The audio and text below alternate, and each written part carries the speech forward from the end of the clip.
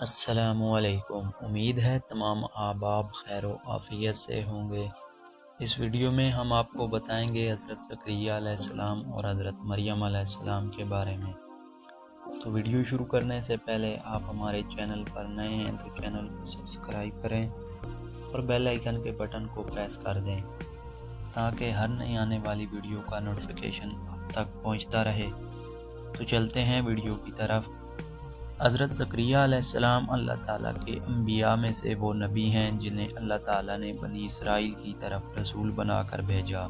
آپ حضرت سلیمان بن داؤد علیہ السلام کی اولاد میں سے تھے۔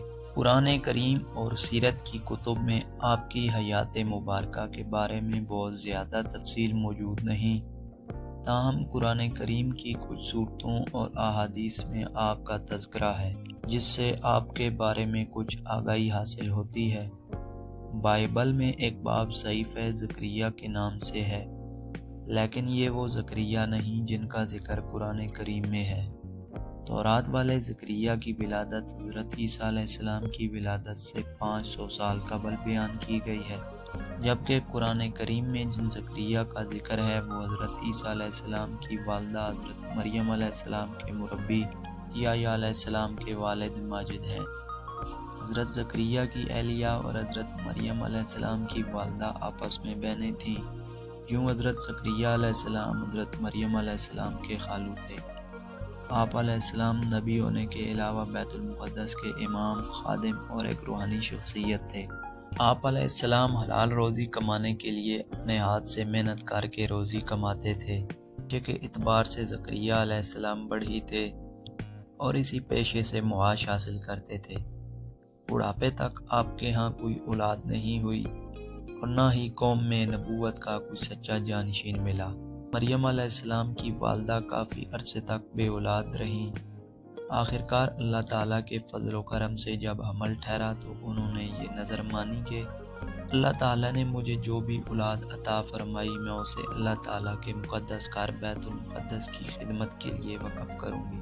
ان کی خواہش یہ تھی کہ اللہ تعالیٰ ان کو بیٹا عطا فرمائیں گے، لیکن اللہ تعالیٰ کی مرضی جو چاہے عطا فرمائے۔ اللہ تعالیٰ نے انہیں بیٹی عطا فرمائی۔ بیٹی پیدا ہونے پر انہوں نے اس کا نام مریم رکھا اور اللہ رب العزت سے عرض پیرا ہوئی کہ اے اللہ میرے ہاں بیٹی پیدا ہوئی ہے۔ اللہ تعالیٰ نے انہیں الہام کیا کہ اسے میری راہ میں وقف کر دو، لہذا وہ حضرت مریم علیہ السلام کو لے کر بیت المقدس حاضر ہوئیں۔ وہاں چند افراد تورات لکھ رہے تھے، ان میں سے ہر ایک نے حضرت مریم علیہ السلام کی کفالت کی خواہش ظاہر کی۔ آخرکار یہ طے پایا کہ قرعہ کے طور پر نہر اردن میں اپنے اپنے قلم ڈالو، اس کا قلم طے میں بیٹھ کر اوپر اٹھ آئے گا، وہی اس کی کفالت کرے گا۔ یہ شہادت اللہ تعالیٰ نے حضرت زکریا علیہ السلام کے نصیب میں لکھی تھی، لہٰذا جب قرعہ اندازی ہوئی تو آپ علیہ السلام کا قلم پانی کی تہ میں بیٹھ کر اوپر اٹھایا، دوسروں کے قلم بیٹھ گئے۔ سب نے اتفاق کر لیا کہ مریم علیہ السلام کی کفالت حضرت زکریا علیہ السلام کریں گے۔ آپ نے حضرت مریم علیہ السلام کی کفالت کرنا شروع کر دی اور ان کا ایک مستقل کمرہ الگ سا بنایا جس میں سوائے زکریا علیہ السلام کے کوئی دوسرا نہیں جا سکتا تھا۔ آپ علیہ السلام حضرت مریم علیہ السلام کو ضرورت کی تمام اشیاء ان کے کمرے میں پہنچایا کرتے تھے۔